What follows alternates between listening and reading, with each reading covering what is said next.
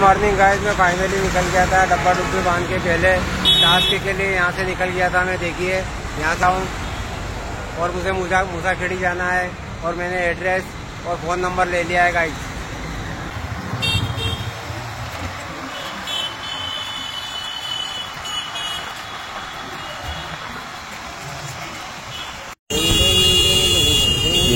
तुझे दृश्य दिखाई दे।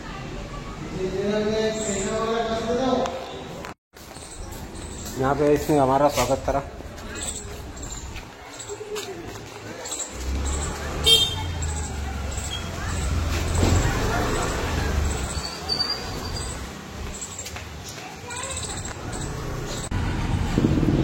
तो गाइज हमने हमारा काम खत्म करा था और हमें दूसरा टास्क के लिए फ़ोन आ गया था। तो हम दूसरा टास्क के लिए हम दूसरे ट्रांसपोर्ट पे जा रहे हैं गाइज।